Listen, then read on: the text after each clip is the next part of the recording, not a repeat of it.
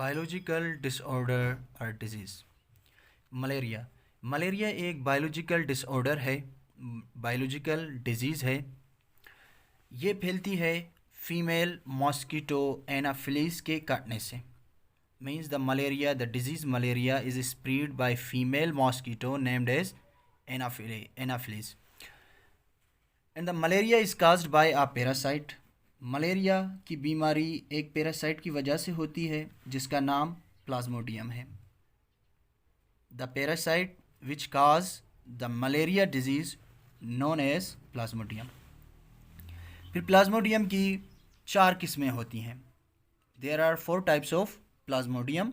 The first one is Plasmodium falciparum. The second one is Plasmodium vivax. Third one is Plasmodium ovale. Fourth one is Plasmodium malaria. Malaria बीमारी Plasmodium की वजह से होता है, Plasmodium parasite की वजह से होता है और प्लाज्मोडियम की 4 किस्में हैं। पहली किस्म का नाम है प्लाज्मोडियम falciparum, दूसरी किस्म का नाम है प्लाज्मोडियम vivax और तीसरी किस्म का नाम है plasmodium ovale and the fourth one is plasmodium malaria. In Pakistan में the malaria is caused by plasmodium vivax and plasmodium falciparum।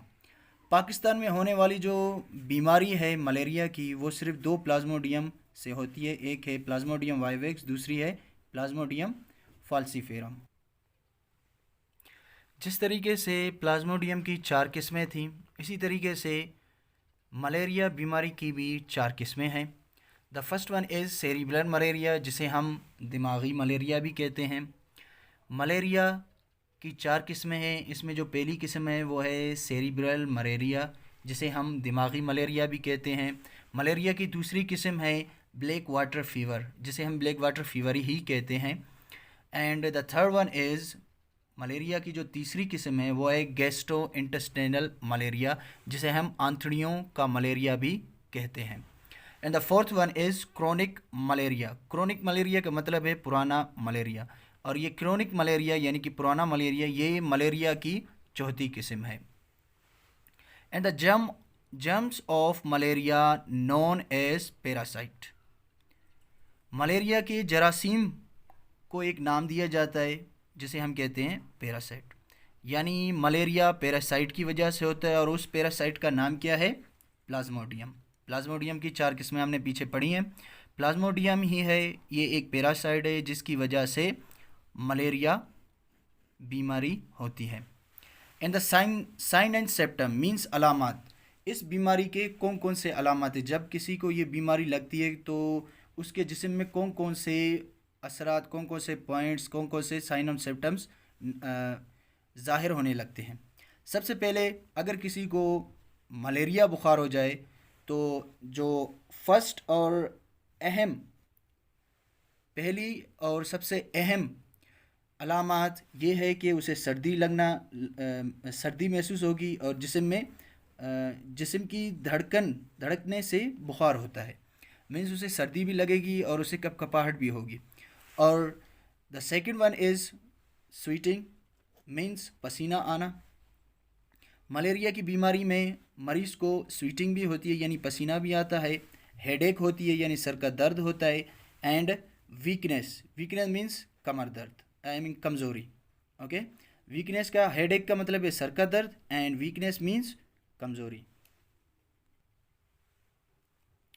Weakness के बाद है एनोरेक्सिया, ANOREXI। एनोरेक्सिया मीन्स भूख का कम लगना।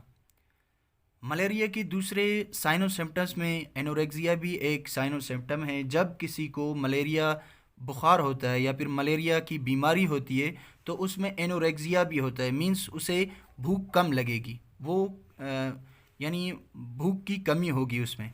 एंड बैक एक कहते हैं कमर दर्द। द वर्ड एक मीन्स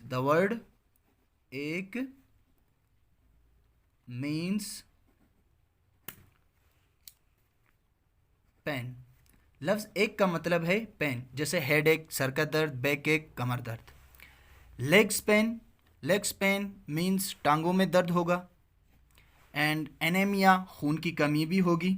जब किसी को मलेरिया बुखार होता है या फिर मलेरिया की बीमारी होती है तो उसमें खून की कमी भी हो जाती है, और खून की कमी को हम बायोलॉजिकली एनीमिया कहते हैं।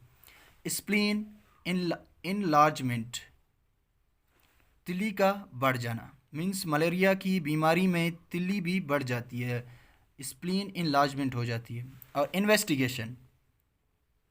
इन्वेस्टिगेशन में तशख़ीस में हम ये पढ़ेंगे कि एमपी ब्लड टेस्ट, जब किसी इंसान को, किसी ह्यूमन बीइंग को मलेरिया हो जाता है तो उसकी टेस्ट के लिए हम एमपी ब्लड टेस्ट करते हैं। MP is stand for malarial parasite.